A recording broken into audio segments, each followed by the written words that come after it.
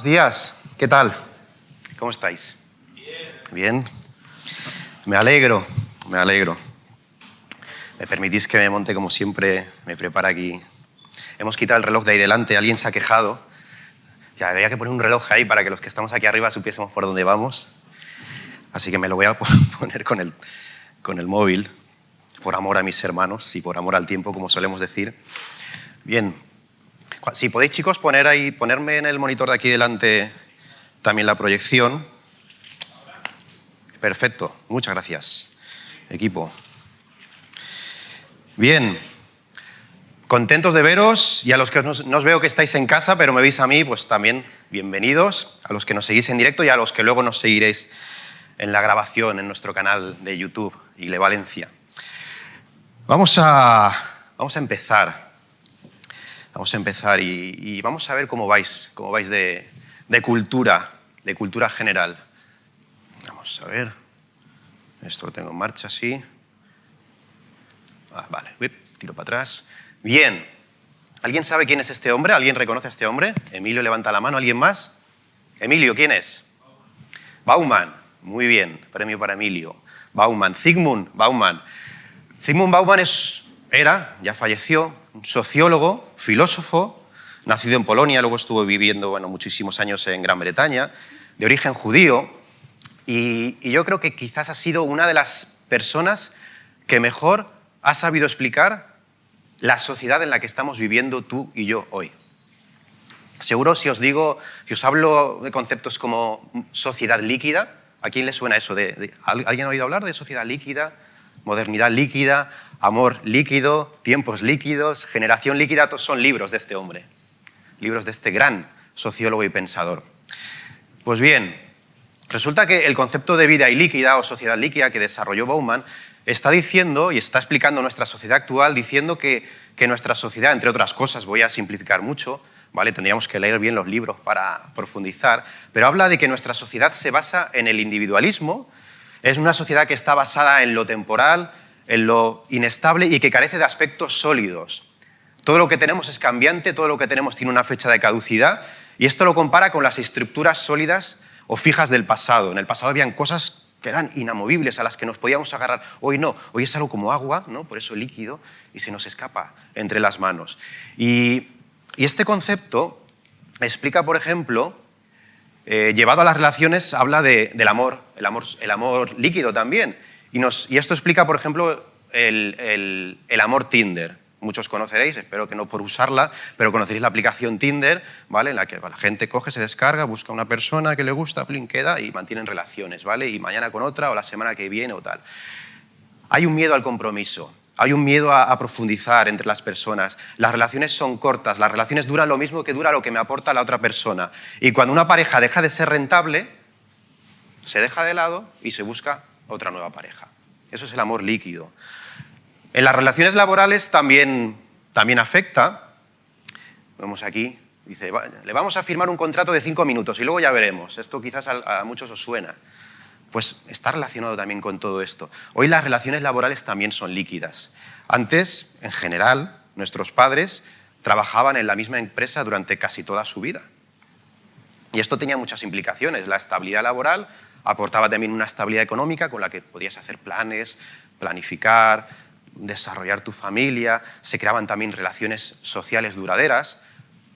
Hoy la realidad es que el trabajo es muchísimo más inestable e incluso el peligro en quedarse desactualizado es una realidad de cada día para muchas personas. También el trabajo es líquido. Pero ¿cómo afecta esto también al mundo de la Iglesia o a la sociedad en la Iglesia? Llevado a la Iglesia también hay implicaciones muy claras, porque la base de la sociedad líquida es el individualismo. Pero resulta que la Iglesia es comunitaria por definición. Así que nos encontramos con un choque social y cultural entre lo que es y lo que representa la Iglesia y la forma de pensar de los que hemos crecido en esta sociedad y vamos formando parte de la Iglesia. Ahí hay un choque. El compromiso a largo plazo no es algo que se fomente en nuestra sociedad. Y cuesta mucho que las personas se impliquen en la Iglesia, se comprometan. Por un lado, porque somos hijos de nuestro tiempo, somos hijos de nuestra sociedad, y huimos del compromiso a largo plazo. Pero por otro lado, seguramente no estamos sabiendo lidiar ante nuevas realidades que presenta nuestra sociedad, ante nuevos enfoques. Quizás nos limitamos a criticar la sociedad, pero eso de poco sirve. Cada sociedad es de una forma, la nuestra es lo que es, y la Iglesia tiene que organizarse y tiene que estructurarse para poder extender el reino de Dios allí donde el Señor nos ha puesto, en esa sociedad en concreto, y para poder influenciar con los valores del reino donde el Señor nos ha puesto. Por supuesto, todo eso sin cambiar el mensaje, pero la Iglesia va a tomar unas formas u otras. Y por eso, y esto es de cajón, una iglesia de Valencia va a ser muy diferente a una iglesia de un poblado de Tanzania o de un pueblecito donde está Manu en Rumanía. Va a ser muy diferente, porque la sociedad es diferente. Esto es de sentido común. Y a veces nos empeñamos en negarlo, y negarlo es como perder el tiempo dándonos golpes contra la pared, ¿verdad? Que no tiene sentido, no ganamos nada, no avanzamos. No podemos seguir haciendo las cosas igual cuando ya no somos iguales. Alguien decía que es un error pensar que lo que una vez fue hecho y fue bueno, durante un tiempo se tiene que perpetuar en una sociedad que ha cambiado más rápida y drásticamente que lo que podemos digerir. Tenemos que conocer las bases de nuestra sociedad actual. Y si hay algo que la sociedad líquida no quiere, ¿sabéis qué es? Ataduras. No queremos ataduras. Ni en el amor, ni en nuestra forma de vida, ni en nada. Lo que importa es el movimiento, lo que importa es el flujo, la búsqueda de nuevas experiencias. Esto se aplica incluso a todo, a la sexualidad, a todas las áreas de la vida. Y no he hecho raíces en ningún lugar, porque lo duradero ya no importa. Ahí veis un teléfono que los más jóvenes igual ni siquiera sabéis lo que es, cómo se utiliza eso. Eso es un teléfono. Pues mira, hoy ya no queremos un teléfono que nos dure toda la vida. ¿Para qué? No me sirve, porque en 1 o 2 años el avance tecnológico lo va a dejar totalmente obsoleto, totalmente anticuado. No me va a servir por las nuevas necesidades que el consumismo y que la sociedad nos va creando cada día. Hoy, si alguno me ofrece y me regala un iPhone 3, cuando, bueno, hace unos pocos años pues nos pelearíamos por tenerlo, hoy yo no lo quiero. No me sirve. Un iPhone 6S sí que nos sirve para grabar, ¿verdad, chicos? Que tiene buena óptica y los estamos usando aquí también para grabar los cultos, pero ni el 1, ni el 2, ni el 3, ¿a qué no? Lo importante, dice la sociedad líquida, no es conservar, lo que necesitamos es renovar. Y necesitamos saber también que la consecuencia principal del mundo opuesto a lo sólido crea ansiedad. Crea ansiedad en las personas, esto lo dice Bauman, crea mucha ansiedad. Y un ejemplo muy claro son la necesidad de reinventarse en el empleo. Eso provoca que muchos trabajadores se queden atrás y que no cumplan con los requisitos necesarios en la actualidad. Tenemos que estar actualizándonos cada día. Mirad, yo llevo en mi profesión 20 años, pues casi 20, 21 años. Empecé con mi padre, me formé en la empresa de mi padre y aprendí muchísimas cosas, muchas bases que me han servido. Cuando mi padre se jubila y yo sigo en mi negocio independiente con Raquel, tengo que reinventarme.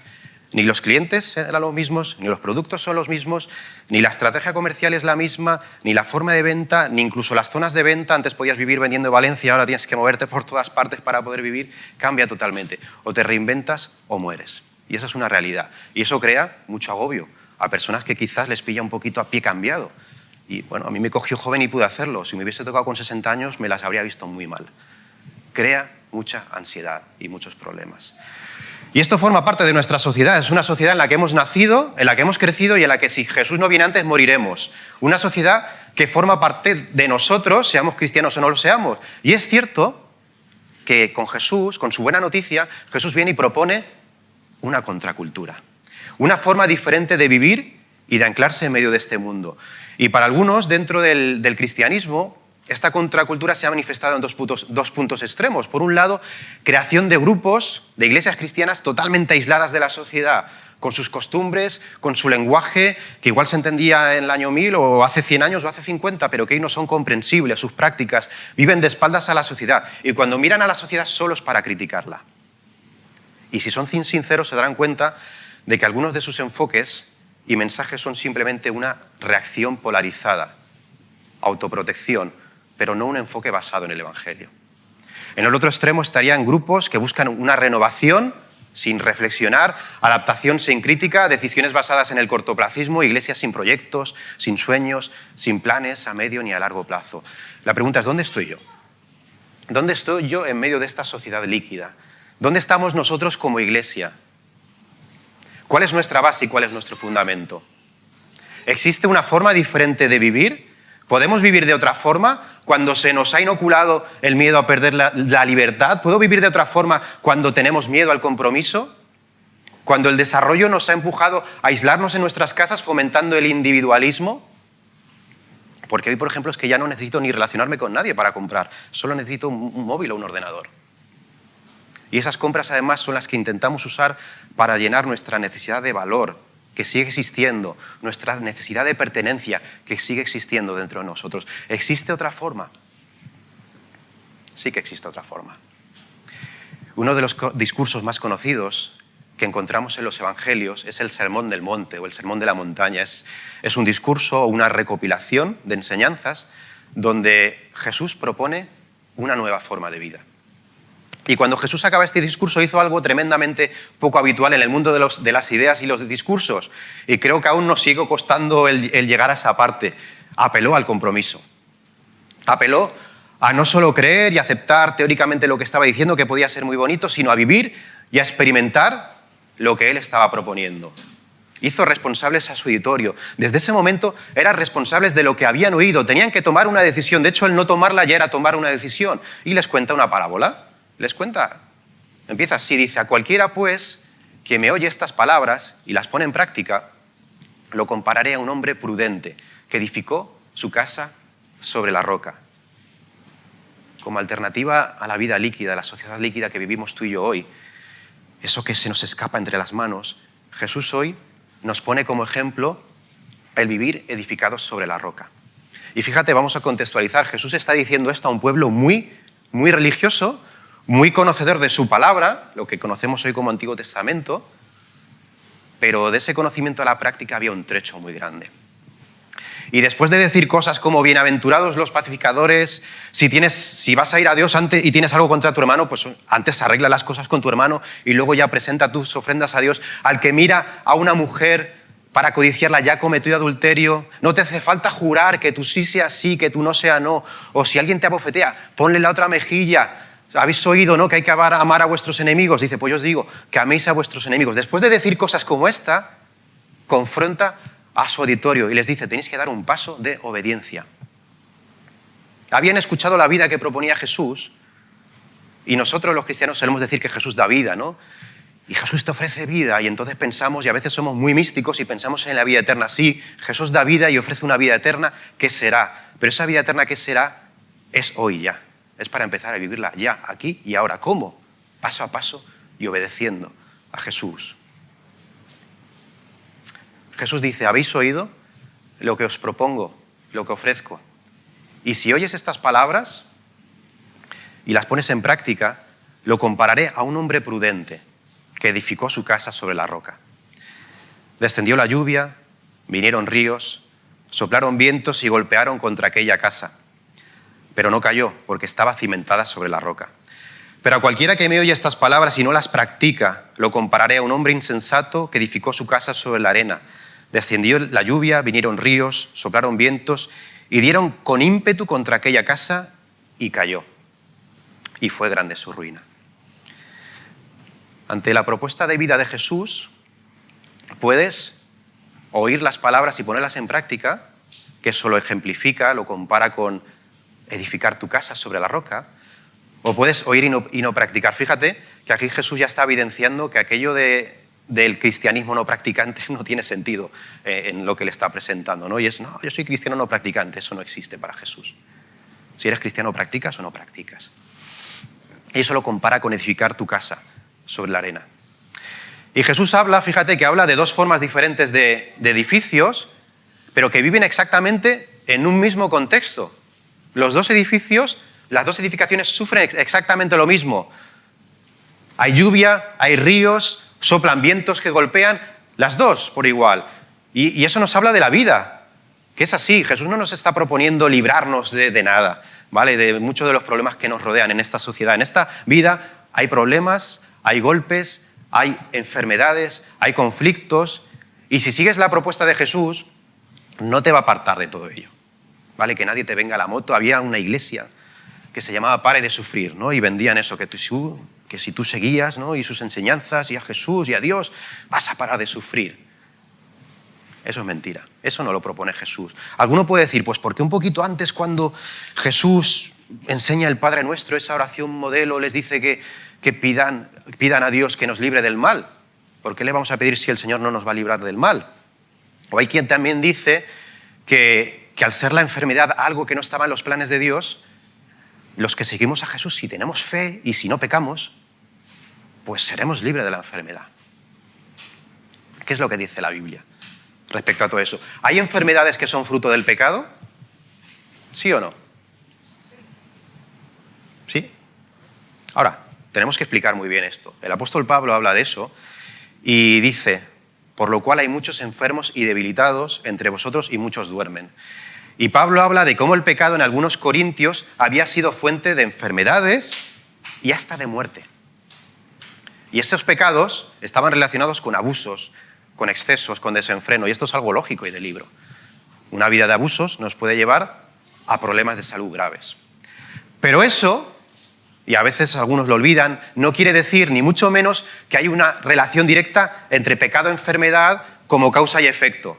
Y Jesús habló de esto, ¿os acordáis? Cuando le preguntan a Jesús, oye Jesús, ¿quién pecó? ¿Este o sus padres para que haya nacido ciego? En la sociedad judía en la que vive Jesús estaba esa relación, esa teología de la retribución, ¿no?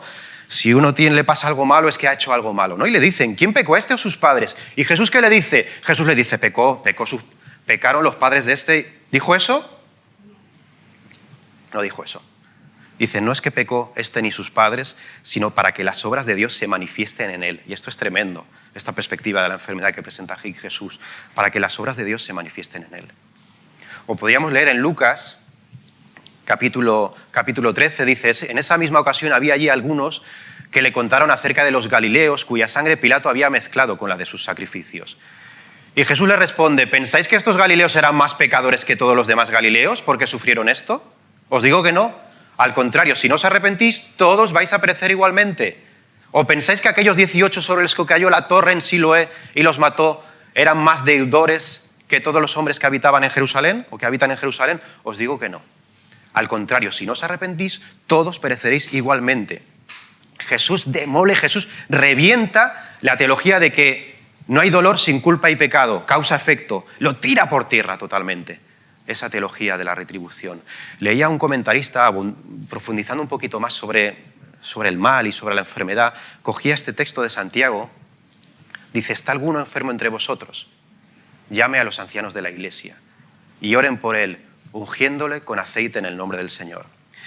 Y explica que era costumbre judía el llamar a los rabinos, llamar a los maestros para que fuesen a casa de un enfermo para orar por él. La oración era una práctica habitual cuando alguien estaba enfermo. Por otra parte, aparece el aceite. El aceite era uno de los medicamentos más usados en la cura de muchas enfermedades en aquel momento. Hoy lo usamos para las ensaladitas, ¿verdad? Para cocinar. Forma parte de la dieta mediterránea. En aquel momento era un medicamento para tonificar, dolor de muelas, tratamiento de la piel, ciática, dolores de cabeza, para limpiar heridas. Y fíjate, si quisiéramos traducir este versículo desde una forma actualizada, cogiendo el contexto, para que hoy lo entendiésemos claramente, ¿sabéis cómo lo podríamos traducir? ¿Está alguno enfermo entre vosotros? Llame a los ancianos de la iglesia y oren por él, dándole ibuprofeno en el nombre del Señor. Y alguno dirá, herejía. Es lo que está diciendo la Biblia. Lo que está prescribiendo Santiago aquí, ante la enfermedad, es oración y medicina. Todo junto. Oración y medicina, no solo medicina. ¿Por qué? Porque somos espíritu, porque somos, además, no nos podemos separar de lo que somos. A veces somos algo muy complejo y por supuesto, necesitamos la oración y Dios puede sanar dentro de su voluntad, hacer lo que Él quiera, y Dios nos ha puesto también la medicina. Vale, el Señor nos va a librar del mal y de la enfermedad. Eduardo de Las hablaba sobre esto, era muy interesante. Él diferenciaba entre la afección y el mal. La afección es lo que se vive con la patología, con la enfermedad, que Dios la puede sanar si Él quiere, si está en sus planes. Por supuesto, puede hacer lo que Él quiera y vamos a pedir ante la enfermedad que Dios sane. Pero la afección es pues, las limitaciones que provocan la enfermedad, la debilidad, el dolor. Hoy algunos en nuestras familias tenemos casos de enfermedades, situaciones graves, y vemos la enfermedad y lo que provoca. Pero el mal es lo que se puede desprender de todo ese sufrimiento, ansiedad, desesperanza, angustia, falta de sentido, desesperación. Mira, va a tronar para todos. Todos vamos a pasar en algún momento por enfermedad nuestra, personas que queremos mucho, y algunos lo estáis pasando ahora. Soplarán vientos que golpearán nuestra vida, pero dice Jesús que viéndole a Él, siguiendo su camino, no tenemos por qué caer ante ese mal. ¿Cómo puedo edificar sobre la roca en lugar de sobre la arena? Fijaos que está muy relacionado con lo que dice Bauman. Podemos basar nuestras vidas en lo líquido o edificar en cosas sólidas. Vamos a pensar en esta imagen, ¿no?, que nos propone Jesús de ese edificio. Cuando se construye un edificio hay varios aspectos vitales para que dure ese edificio, para que se mantenga frente a las tempestades de la vida. Necesitamos buenos cimientos, ¿verdad? Esto lo vemos cuando se está empezando una construcción. Lo primero es cavar y edificar buenos cimientos. Necesitamos también un buen crecimiento y necesitamos un buen mantenimiento. Vamos a verlo rápidamente. Buenos cimientos. Jesús nos propone como cimiento la roca. Y ¿os acordáis que cuando Jesús pregunta a sus discípulos más cercanos quién era Él? Oye, ¿quién dicen por ahí que soy yo? Unos Juan el Bautista, otros Elías. Vale, muy bien. ¿Y vosotros, que estáis conmigo, que me conocéis, quién decís que soy yo? Y entonces sale Pedro, ¿y qué dijo Pedro? Dijo, tú eres el Cristo, el Hijo del Dios viviente, ¿te acuerdas? Le dice eso. Y Jesús le responde, pues yo también te digo que tú eres Pedro, que significa roca, y sobre esta roca, hace un juego de palabras, sobre esta roca edificaré mi iglesia y las puertas del Hades no prevalecerán contra ella. Y entendemos que ahí Jesús estaba diciendo, sobre esta roca, sobre esta afirmación de Pedro, tú eres el Cristo, el Hijo del Dios viviente, voy a edificar la iglesia, voy a construir, ese va a ser el cimiento. De hecho, el mismo Pedro, años más tarde, escribe una carta y describe a Jesús como una piedra viva, preciosa, la piedra principal, la cabeza del ángulo, la piedra del ángulo, la que lo mantiene todo. Dice, acercándose a Él, piedra viva, desechada ciertamente por los hombres, mas para Dios escogida y preciosa. Lo hemos hablado ya alguna vez. Todos, absolutamente todos, tenemos bases y fundamentos en nuestra vida. Creamos lo que creamos, todos tenemos bases y fundamentos en la vida. En la sociedad líquida la base es lo que me sirve mientras me sirva, porque son bases temporales, bases que no aguantan. Y cuando no me sirve, pues paso a otro enfoque, a otra filosofía, me voy a otro lado. Pero hace falta cambiar de base cuando esa base es preciosa, es viva, es eterna, cuando esa base es la que ha escogido el que te ha creado y te ha diseñado, es Dios hecho carne, es Jesús, es el príncipe de paz, es todopoderoso, es la definición del amor, es el que no falla, es el que siempre está. ¿Quién cambiaría esa base? Él nos propone que Él es la base, que Él sea nuestra base. ¿Pero cómo? En el Nuevo Testamento Jesús se presenta como la base, se presenta como el fundamento, lo tenemos aquí arriba. Nadie puede poner otro fundamento que el que está puesto, el cual es Jesús. Pero es cierto que en esta parábola Jesús lo que dice es que Él es el fundamento y Él es la base cuando le seguimos. Cuando le obedecemos. Cuando le conocemos, cuando confiamos en Él y ponemos eso por obra. Es en ese momento cuando obedecemos, cuando vivimos y practicamos, cuando esa base se convierte de verdad en una base. Y hoy hay muchos haciendo cábalas sobre la necesidad de renovación de la iglesia cristiana, y yo soy alguno de ellos en los que, pues en grupos pequeños, en el consejo, con amigos, con hermanos, pues hablamos de estos temas. ¿Y sabes de dónde tiene que surgir cualquier renovación de la iglesia? De la base, de Jesús. Y de cómo podemos transmitir la realidad de quién es Él en este mundo cambiante y con miedo al compromiso. Y si buscamos a Jesús con sinceridad, nuestras vidas, tu vida, la vida de nuestra iglesia se va a fortalecer. Tenemos un buen cimiento, tenemos el mejor de los cimientos. Están las bases del edificio, que es Jesús, que es obedecerle. Pero tenemos que añadir alturas, ¿no? Y tiene que haber crecimiento, hay que buscar un buen crecimiento. Y bueno, si no lo organizamos bien, pues nos puede pasar como la Torre de Pisa, ¿no? Que salga inclinado y luego por la ley de la gravedad puede que nos caigamos, ¿no? La propuesta que nos hace Jesús es oír sus palabras, practicarle, seguirle. ¿Y para hacer eso qué tengo que hacer? Para que haya ese crecimiento, pues tengo que conocer esas palabras. Tengo que descubrirle cada día. Hoy los cristianos hablamos mucho, muchísimo, pero creo que cada vez leemos menos de lo que dice Jesús. Y discutimos y debatimos y hablamos mucho para Él. Y a veces Jesús en nuestra vida es como ese portero, ¿no?, que está en el edificio, que pasamos, si somos educados les saludamos, pero pasamos de largo y estamos agobiados con nuestras historias. Y nos parecemos a Marta, que tuvo a Jesús, a Dios hecho carne, comiendo en su casa, ya estaba agobiada, y Jesús le dice: Marta, no te agobies, estás afanada, estás turbada, estás perdiendo lo bueno, siéntate a ti conmigo.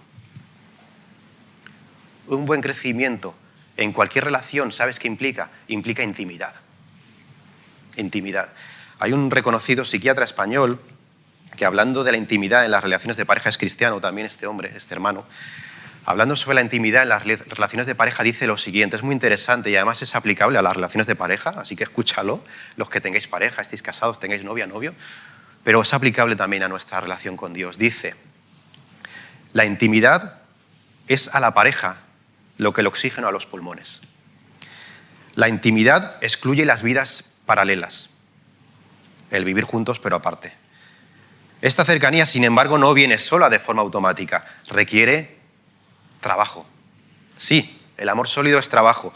No debe sorprender esta idea cuando estamos describiendo el amor en términos de construcción. Hay que trabajar cada día en este camino a la cercanía, porque nuestra tendencia natural es encerrarnos en el yo y descuidar el tú.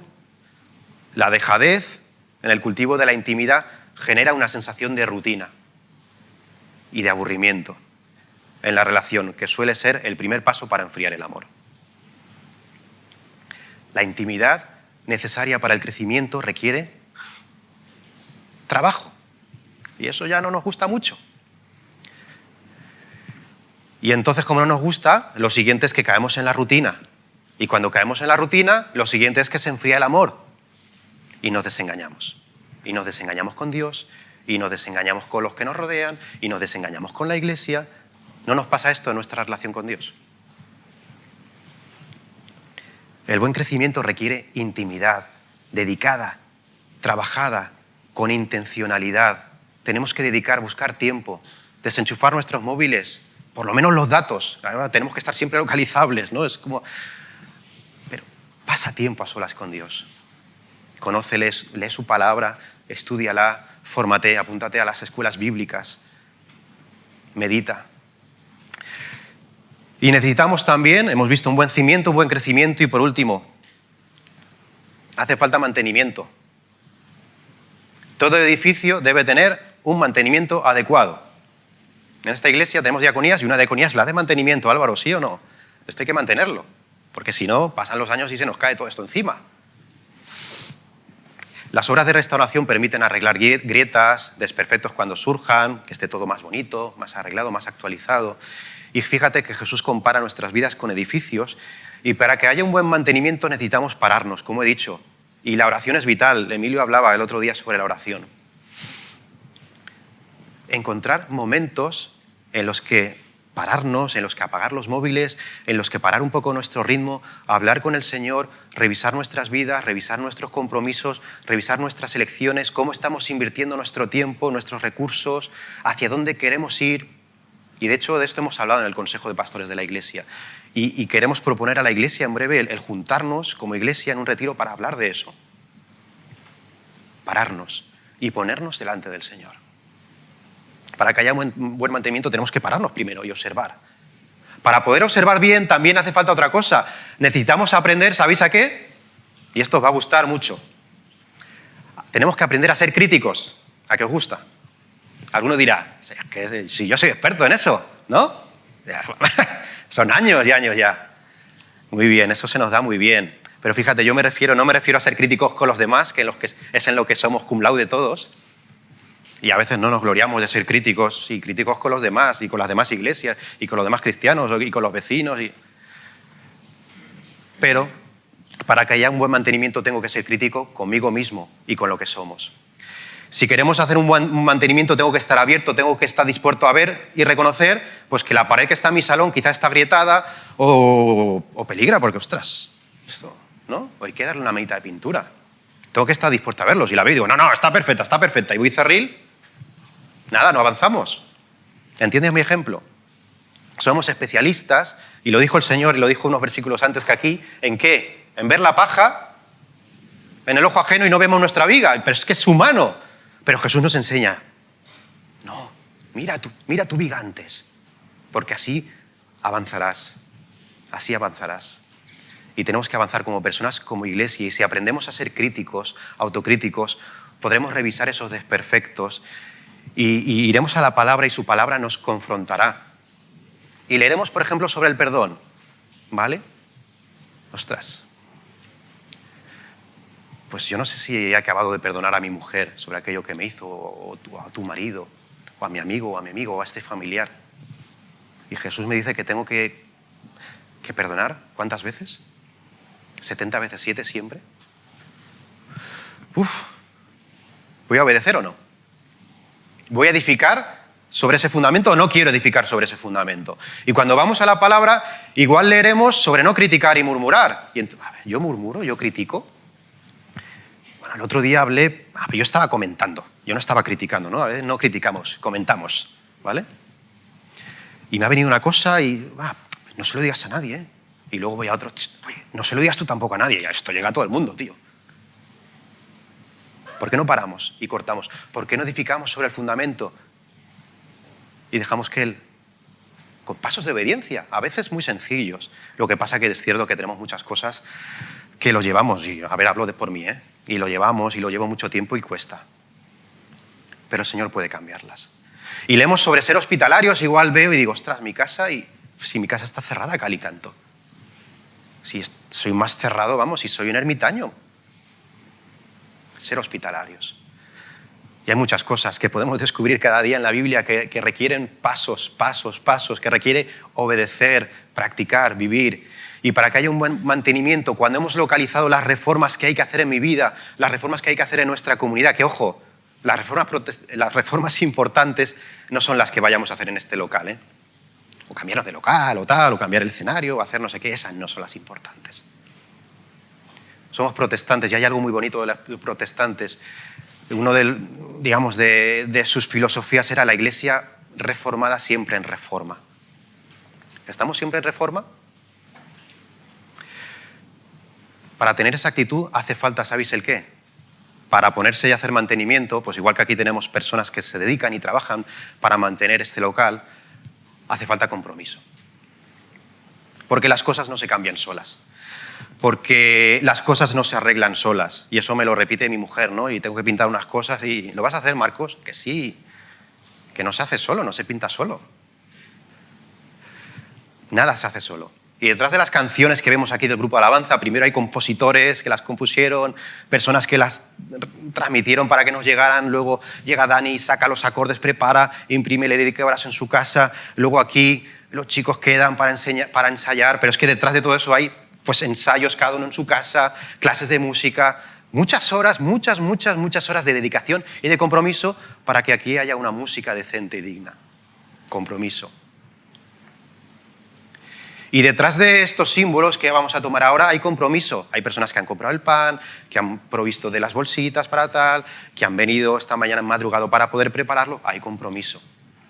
Y detrás de unos hijos que ves que son educados y son empáticos, hay compromiso de unos padres, de una familia que podrían haber cogido la pantalla y decir, mira, te doy la niñera barata, ¿no? Toma y que te críe YouTube, ¿vale? Pero los padres han dicho no. Vamos a dedicar tiempo a estos niños. Vamos a enseñarles, vamos a corregirles. Lo fácil es hacerlo todo yo, pero no, mira, vas a hacerlo tú conmigo, que cuesta más y madre mía. Detrás de todo, de casi todo lo más bonito que hay en este mundo, en esta sociedad en la que vivimos, hay compromiso y trabajo. A largo plazo.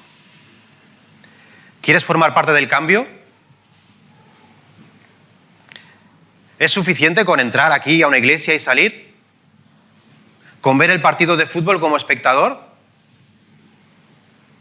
Formar parte del partido es muchísimo más intenso y apasionante. Esta sociedad líquida sí que es cierto que busca experiencias. Pues la experiencia de seguir a Jesús, yo creo que no hay nada más apasionante en la vida.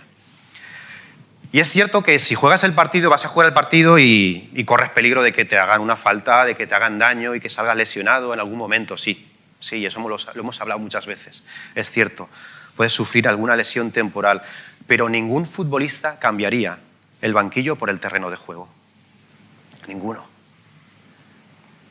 Ningún hijo de Dios debe perder el tiempo sentado en el banquillo. Uy, es que no soy lo suficientemente bueno, ¿no? Mentira. El otro día en una célula nos juntamos y nos preguntaba Kika, ¿qué mentiras hay, ¿no?, que te está poniendo el enemigo? Y una de esas mentiras a veces es esa, es que no estás preparado, ¿no? Es que los demás lo hacen mejor que yo y yo, ¿qué voy a hacer?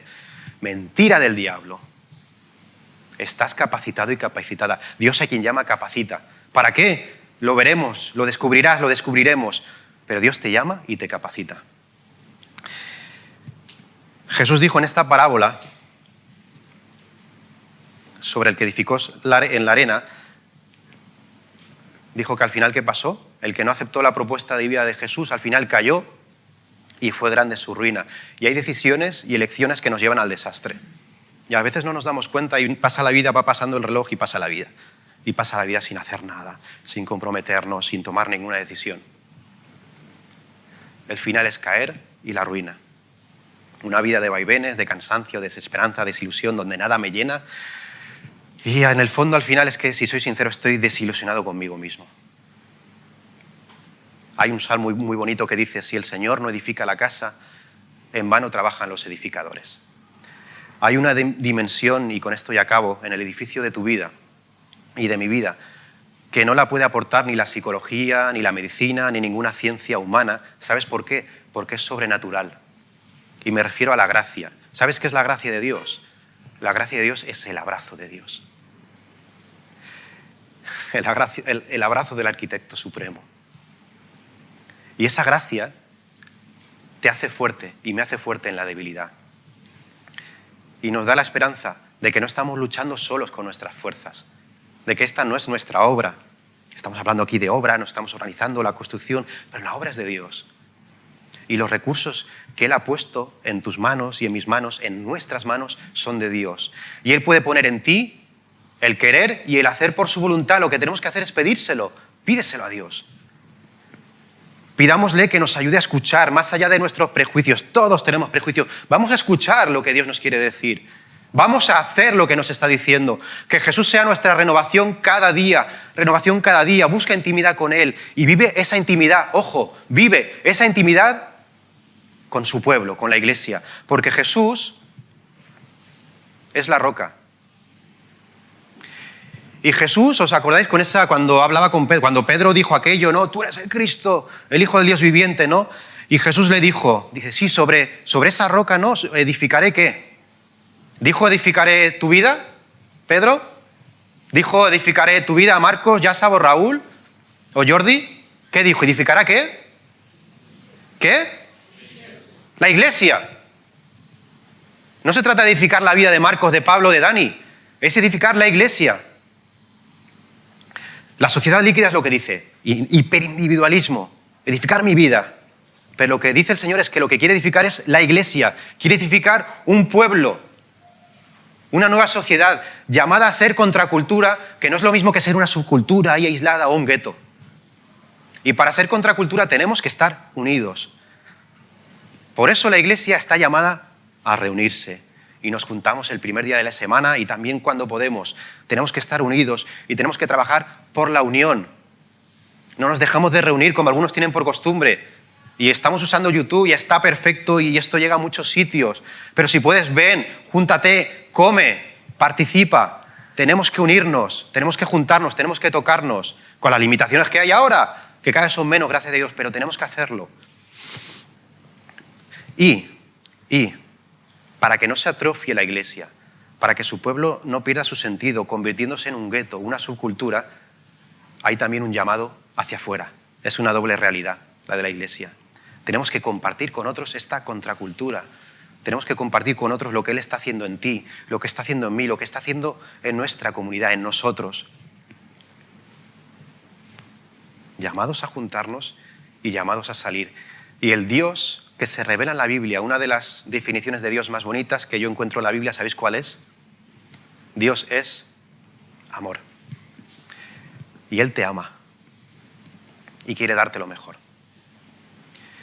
Y en medio de una sociedad donde lo que hoy es, mañana ya no, ¿sabes cómo se define el amor de Dios en la Biblia? El que nunca deja de ser. Nunca. Y entender esto da mucha paz. Y acaba con muchos males de nuestra vida y muchos de nuestros miedos. Que nuestra base, que nuestro fundamento sea Jesús. Que lo que Él ha hecho, que su amor por nosotros nos lleve a obedecerle,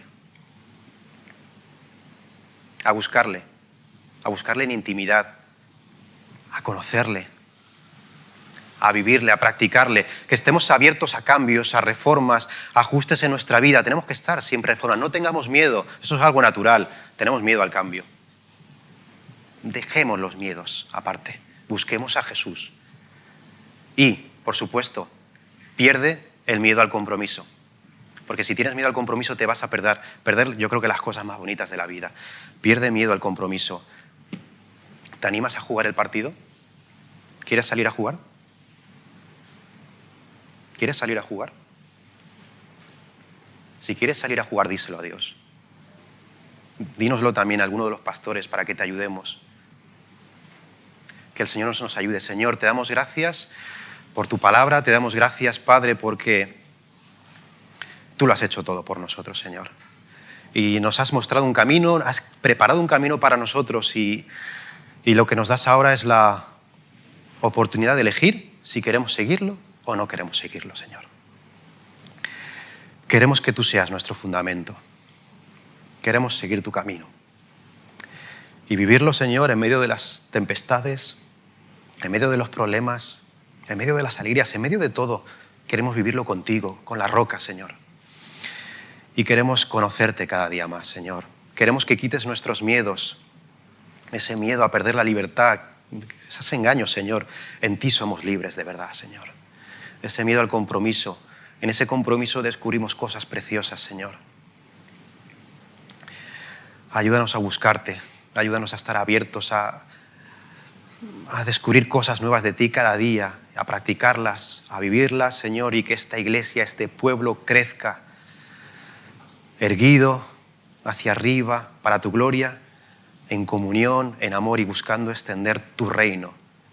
Señor, venga tu reino y como escuchamos otro día, Señor, para que venga ese reino nos has puesto también aquí a nosotros para ser partícipes de esa extensión. Ayúdanos a jugar ese partido en el que tú nos has involucrado, Señor. En el nombre de Jesús, amén.